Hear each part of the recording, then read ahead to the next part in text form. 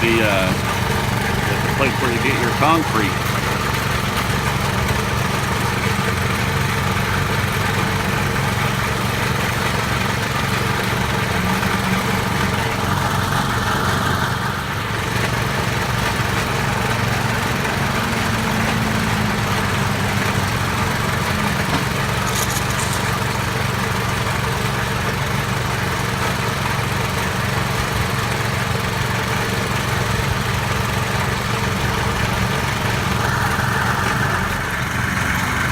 I think that up in this thing here is where the Portland is, and then the guy brings loads of sand and rock, depending on the mix, and dumps it in there. It all gets mixed up right down in here. Well, we thought that we weren't going to get one of these things, but this guy just dropped it off, so now we're going to take it.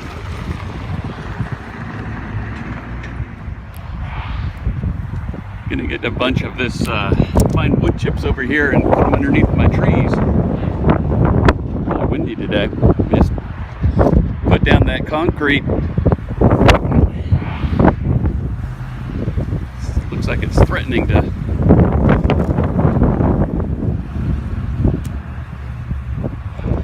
rain.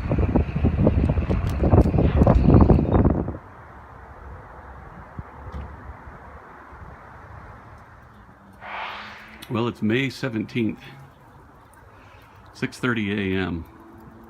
and I can kiss goodbye all the little seedlings for the peppers for sure, and probably the potatoes will have a little setback, and the tomatoes.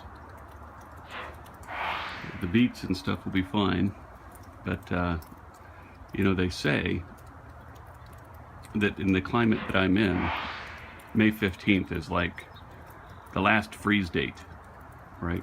And it's, you know, it's safe to plant. It's just been a really crazy year with the weather, because it definitely got freezing last night, or close to it. It got to like 33 degrees.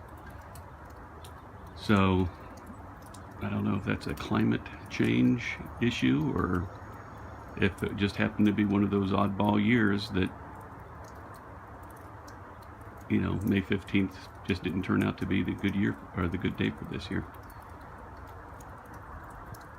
But luckily, we planted enough seedlings. We still have a few extra to put some other tomatoes and stuff out there, because just in case, we kept a few out.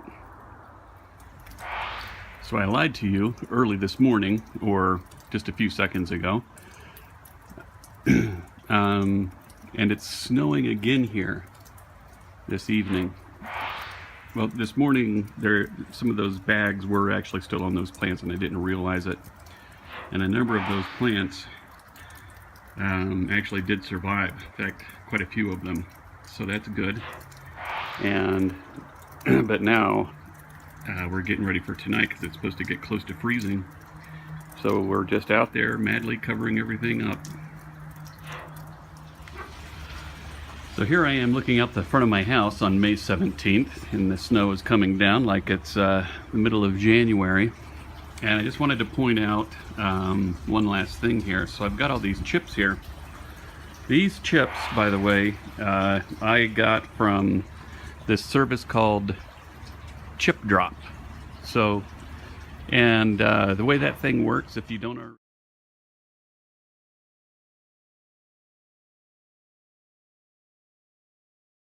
already know, is you go online and you sign up for Chipdrop. You put in your address and some particulars about your chips, or how much you want, or where they can put them.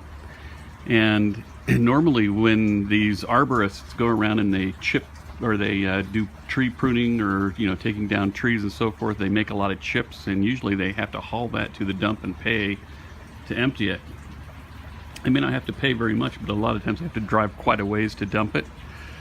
And if you use chips to do mulching or anything, you can sign up for Chipdrop, and if there's an arborist anywhere in your area and they have a bunch of chips they find you on Chipdrop, and that way they can just drop it in your front yard and then let you take it from there. And so I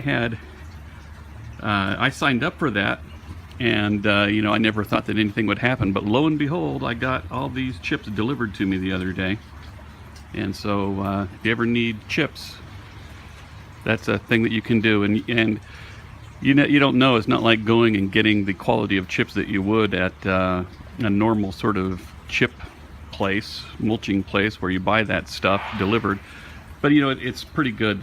This quality of the stuff that the guy delivered wasn't too bad. You know, there's some leaves in it, there's some bigger sticks in it here and there. But you know, I plan to take that stuff and spread it out, and so I'll be able to find those things and get rid of them. You know, and that's free. So normally I've seen people pay as much as, like, you know, $300 for chips like that delivered. So Chipdrop.